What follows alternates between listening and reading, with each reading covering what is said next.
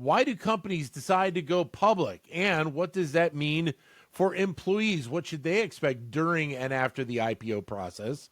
That's an area that's being looked at by our guest today, Matt Josefy, who's a visiting associate professor of management here at Wharton. He's also an associate professor of strategy and the Shoemaker Faculty Fellow in Entrepreneurship at Indiana University. Matt, great to talk to you. How are you today?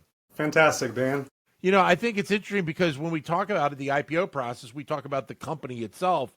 We don't necessarily talk a lot about the assets within the company and the employees themselves. What was it that had you interested about this in the first place? Yeah, Dan, my interest in this dates back several years when I was really studying firm lifespans. And we were able to document in some earlier work that firm lifespans are shrinking, even for the largest companies in the U.S., firms that have managed to achieve this successful milestone of going public. They only had a 50-50 shot of still being listed on that U.S. stock exchange 10 years later. And that's down from what historically would have been more like 20, 25 years. And so when I began thinking about the shrinking lifespan of firms, I was really interested in what that means from an employee's perspective. When I'm being asked to stay late, stay at work till midnight, is the firm even going to be around to pay me back for that extra attention and extra effort that I've put in? So my initial interest in this comes from that lifespan direction. And part of this, as you wrote, is the element of layoffs. And whenever you have, two companies coming together, the amazing word synergies comes up. And that usually ends up meaning layoffs. Is there an element of this that plays out when you go through the IPO process? That's what we hadn't quite expected. When we first started studying this, we were looking at it from the direction of firms growing. That in the lead up to the IPO, historically we had this idea that firms would kind of clean up the balance sheet, clean up the income statement. The goal is to make essentially window dress such that when you raise all these funds from additional investors, that the company looks as strong as possible. And so in the past, that would mean that maybe you were trying to get towards profitability. But increasingly over the last decade, I'd say that firms actually just want to project growth.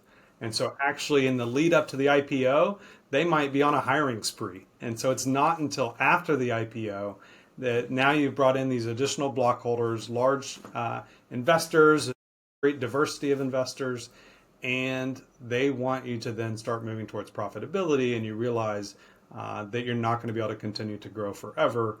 What is the long-term setup of the company, and what are its true human capital needs? But then doesn't that put even more on the plate of the company leaders in terms of making a lot of these decisions as to how this process plays out?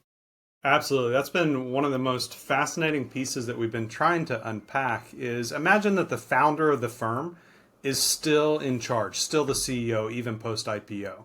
And we were essentially trying to ask and uncover, would that person be more or less likely to fire employees? Because on the one hand, you may have hired and been involved in the hiring process of these individuals pre-IPO.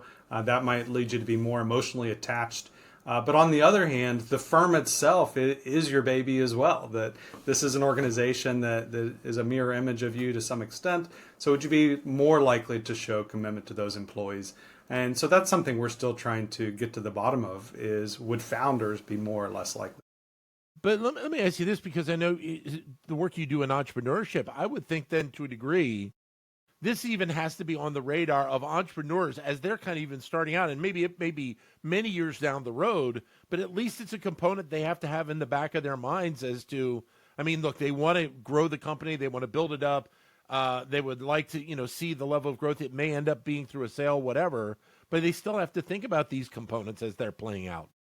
That's absolutely correct. So as the firm is building, this is one of the reasons why I love studying IPOs, to be honest, is because it's the intersection of entrepreneurship and strategy. In a way, it's like the handover from the incubation period of the organization to it being a more formal structure, a more formal company. So as that entrepreneur is building the organization, they want to bring the right people to the table for that stage. And the IPO is in one way, a way of unlocking value for many of those individuals.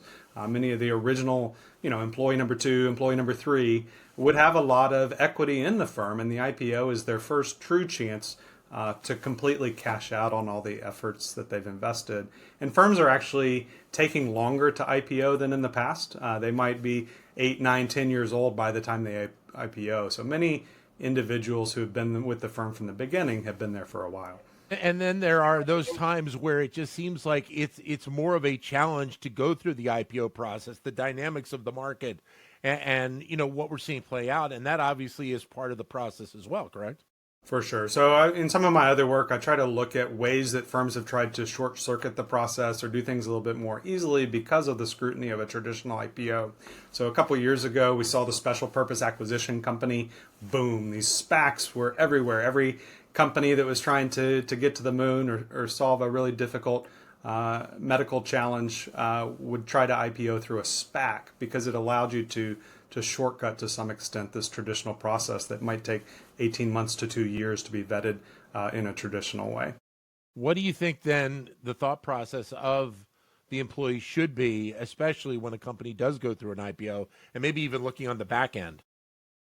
I mean, in the current environment, layoffs are something that is occurring even among the stalwart companies. The biggest tech firms have announced layoffs of 10,000 people or more over the last couple of years. So in some sense, all of us obviously approach our jobs, hopefully most days not thinking about the threat of layoffs. But obviously many of us know individuals who've been directly impacted, whether it be a family member or someone else. And that's why I care so much about this research, because layoffs are highly disruptive at the individual level, even if they can be at times a necessary tool of retrenching a company or re-preparing it for its next phase of. But again, it's important to have this understanding, whether you're part of the company or whether you're a potential investor, of understanding how these companies are thinking about things as they go through the IPO process and come out the other side. Absolutely. We used to think of employment as more of a lifetime commitment by both parties. Yeah. And so kind of a highlight in our research is that you can actually learn about which firms are more committed to their human capital.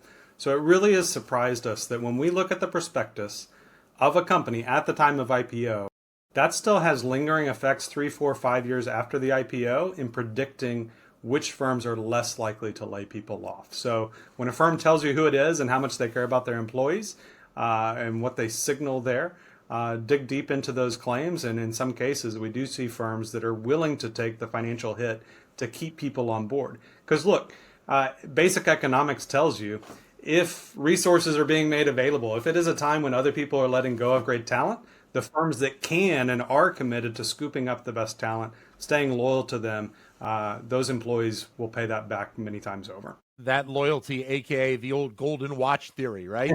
Given the golden watch after 20 years, right? Absolutely. Matt, great to have you with us. Thanks very much for your time today.